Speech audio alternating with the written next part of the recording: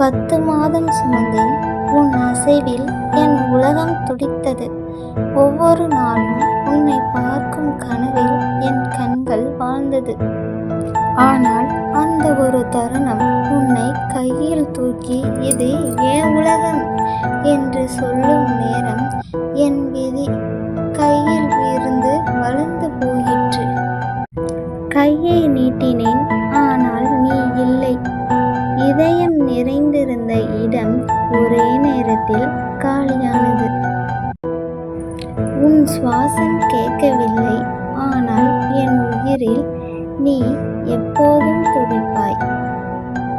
காணாமல் போன என் குழந்தையை ஒரு நொடி கூட கையில் தங்கவில்லை என்றாலும் என் மனதில் நீ என்றென்றும் என் உயிரின் ஒரு துண்டு.